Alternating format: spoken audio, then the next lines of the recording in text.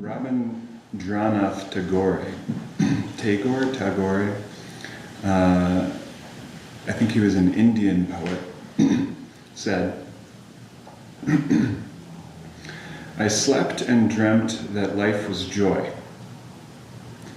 I awoke and saw that life was service. I acted, and behold, service was joy." So I hope to speak a little bit about service tonight, and the spirit of service. And so, what is service? Is service something that is natural to me? Or is it something that I have to make happen when I don't want to? When I'm really serving, when am I really serving? And when am I congratulating myself and patting myself on the back for my contributions? And do my small contributions matter? Is serving really a burden as it might sometimes seem? Or could it be the very thing that relieves the burden of me? Who is it that serves, and who is it that is being served? When I look, I see in nature a constant and utter exchange of energy, form, just selfless giving, right? If you look at clouds, they give themselves as rain to the rivers, to the plants, and the plants are given as food to animals, and the animals give their bodies and their feces and nutrients to the earth. And there's this incredible interconnected web of just selfless giving of bodies and entire beings into this interconnected web. And so that is our nature, as far as I can see it, this just donation of self, again and again, constantly a new self arisen and given. But do I experience it that way? Do you experience it that way? Do you find yourself actually giving yourself? Do you find yourself clinging to yourself? How is it that if that's our nature, fundamentally, how come we don't experience it that way? How come that's not reflected in the world? How come that's not what is happening in our societies, on the surface, or on the manifestation of that? When I first started doing the Doan and the Eno position, which are the ringing of the bells and the announcing of the chanting, at GMZC, Great Mountain Zen Center, I had a lot of personal, self-centered thinking going into it. Each of these positions that we have in our Zendo is done just so. There is a right way. We do it at a certain time and in a certain way. We make sure we are not missing any of the bells or the little movements that we have to do. There's words that you have to get correct and pronounce. And there's, specific ways to move your body and do bows and pay attention. Really detail-oriented practice. This also is true of all of us who are just sitting in Zazen. Your job is very important. Your service, what you're giving to a service, or just to the community as creating our safe space, our intimate and protected environment for us to go into ourselves and realize our nature, is very important. Each of your breaths helps us all go deeper. Each of your moments of mindfulness really makes a difference. And afraid to make a mistake, I would step out of the flow of that and mentally evaluate and congratulate myself, or maybe criticize myself, when I thought I was doing well, when I thought I was doing poorly, just stepping out of service and into me, right? Into evaluating and propping up either a good or a not so good self. It doesn't really matter whether it's positive or negative, but it was a stepping out of the flow. And that would be a feeling of separation, a feeling of tension. And, I was afraid of me doing something wrong, getting criticized, and really hoping and clinging to the idea that I would get it right. And if I notice what that feels like in the moment, right? Can you kind of get into that for a second? You're in this moment right now. If I'm sitting here right now evaluating myself, what do I feel? Can I feel that sense of turbulence? That sense of there's this flowing happening. There's our life here right now happening. And when I step out and say, I'm over here and I'm good, bad, or anything else, do I feel the way that creates like ripples and disturbances in the field, in the sense of awareness and being that is happening? To me, it's a little bit like a river, right? This, what we are, this, what is happening right now, is flowing forward, flowing directionlessly forward in all directions, happening in all these different ways. And we're part of that. We are that. And if you imagine, you're flowing on the surface of a river downstream. It's a powerful river. This powerful river has the ability to affect things. This powerful river has the ability to, give life and take it away. And if you're floating on that river, a lot of power is happening, but relative to that river, you're not experiencing motion, right? Because you're flowing with the sensation of the river moving forward. But as soon as you put your feet down and try to stand up at the bottom of this river, if it's like a few feet deep, immense pressure, right? This incredible sense of now I and the river appears. And there's this feeling of force that's hitting you in all directions. And it's intense, and it's probably really hard, and it feels like a struggle. And it's a sense of me against, really against life, against the river that is coming and going and pushing. But if you lift your feet and you join that flow again, this has the ability to move boulders, it can carve valleys, it has incredible power. But there's no sense of that power being against you. You're just feeling ease and peace. You're drifting along with it, and there's not that painful sense of separation. So I was, and still do, evaluate my practice, evaluate my position as a service leader, as a whatever it is. And when I do that, I feel that turbulence, I feel that hitting against, there's me and there's not me, and how that feels. So I remember one day when I was practicing at GMZC, Roshi Shinko and Shishin Roshi briefly stepped next to me to talk to me about how to ring the bells.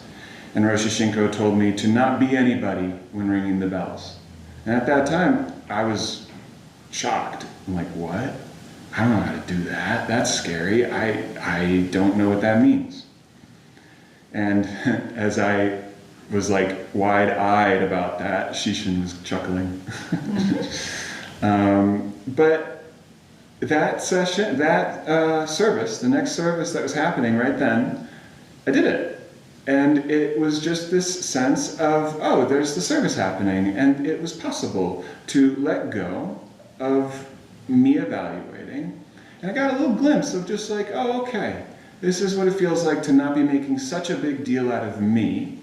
Maybe that's what the Roshis are talking about, just lifting the feet and letting the river flow. The service is happening, bells are ringing, people are chanting, and I'm no greater or lesser part of it.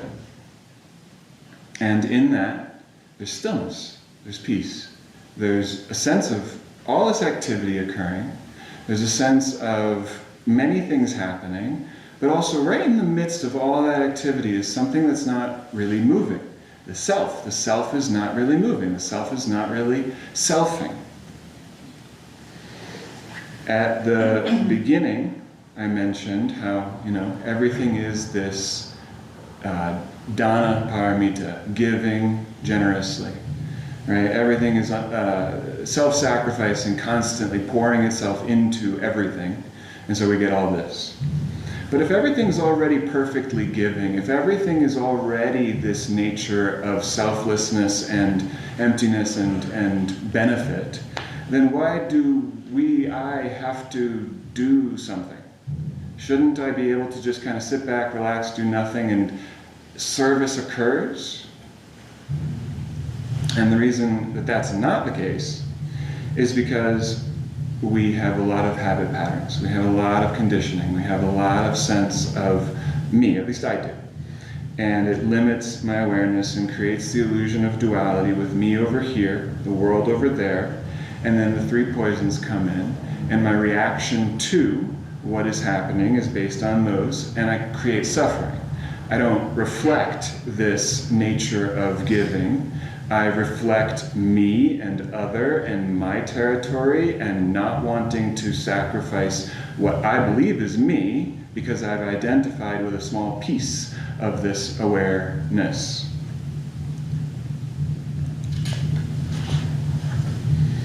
We're always acting. Even when you're not acting, you're acting. That's action. And we are acting, but are we acting in a way that really reveals our nature, reflects this, selflessness, giving, or are we reflecting, our habit, our condition, our pattern?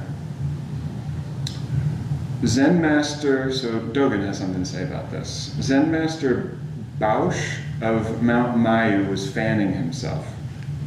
A monk approached and said, "Master, the nature of the wind is permanent, and there is no place it does not reach. Why then do you fan yourself?" This is from the Genjo koan. So the nature of the wind, in this case, we could talk about it as the nature of service, the nature of this giving, which we are. And this monk understands that it is permanent. It means it's everywhere. It's always available. So if it's already there, and there's no place it does not reach, why do you have to fan yourself? Why do you have to do something to make it manifest? And the master replied, "Although you understand the nature of wind is permanent, you do not understand its meaning of reaching everywhere." The monk asked, "What is the meaning of its reaching everywhere?" And the master just kept fanning himself. The monk bowed deeply. The actualization of the Dharma, the vital path of its correct transmission, is like this. So we have to manifest. This is our job. It doesn't happen without us. We can't sit back and let life be Buddha. We have to be Buddha. We have to manifest and live out that life. The master fanning himself is the manifestation of that reality. It's not just an intrinsic idea. It's not just an innate quality that lives in some, some place other than him fanning himself. So when the monk asks, well, what is the meaning of its reaching everywhere? It means we have to manifest it. The master replies. And that means we have to give. We have to find ways to be of service. And how can we clarify ourselves to be able to do that? Well, that's why we have Zazen. Right? So in our practice, we can see where we're attached, where we're not entering that flow. We can learn and practice how to let go of our fixed position, take the step off the 100-foot pole, jump back in and allow the fanning, the hands moving in the world, giving to people and seeing the needs, right? We have to become sensitive. We have to become attuned to what is this environment asking of us? What are the actual needs of our life? And do we notice them? Are we tuning in or are we tuning out? And if I can think of an example for me, which is being on my phone, right? When I'm on my phone or doing a little scrolling on my phone, getting a little dopamine hit and I'm checking out a little bit, and it can feel good for a moment, But pretty soon I start to feel, oh, I should probably be attending to my life, but let me just go for a little bit longer. This feels good. And for me, it starts to feel like a little depressed or a little bit like icky, and like this loneliness of like, I just need another video in order to satisfy this feeling that I'm gonna have to feel if I stop. But if I step off that position, that separate self, and enter back into the flow, take care of, the dishes and the kitty litter and feed the cat, and I had to move 40-pound bags of salt today, enjoyable, just get back into, and suddenly I'm starting to feel ease. There's a lot of activity, there's something happening, there's things being attended to, but actually there's a peace that is not happening when I'm scrolling on the phone. So I just want to let you guys know that I find your contributions to our community extremely, extremely significant. You just showing up here and breathing means so much. And, we all are creating this place, right? This community, this practice, this center, and doing our retreats together so that we can realize who we are. And then what? What's the point? Then we bring it into the world. If we have created with our service the conditions necessary for us to wake up and experience our nature, then we bring that forward with us and let it come out through our hands and our smiles and our eyes when we're meeting the people in your job, in your relationships, in the supermarket, wherever you go. And then that nature comes back and serves again here. So we strengthen and deepen our container so that we can go deeper, so we can do it more. It's like a circle, right? With no beginning and no end. There's service on all ends of this circle, and there's our nature on all ends of the circle, and we need to manifest it. And every role in this Zen center and the Zen Do is essential. And we're not always clear, and so this isn't always an easy thing to I don't always feel like, oh yeah, let me just jump in the flow and I know exactly what to do because I'm so attuned. No. It's much harder than that, and that's why we have things like the precepts, right? The precepts are here to give us a reflection on what it looks like if you are in that flow. And so if you check the precepts a little bit and see, oh, am I being selfish, or, am I lying or killing time, killing, my energy, killing other people's energy, lots of ways to kill. Other versions of these precepts, you can use them as a reflection and then do your best to let those manifest. And I know many of you probably and definitely think about, know about, and do service in deeper ways than I still feel like I'm very clumsily finding my way into this. It's a very new feeling, and still doing my homework, still trying to find out where I'm holding back and being that separate self who wants to watch as life does all the giving and I just get to not participate.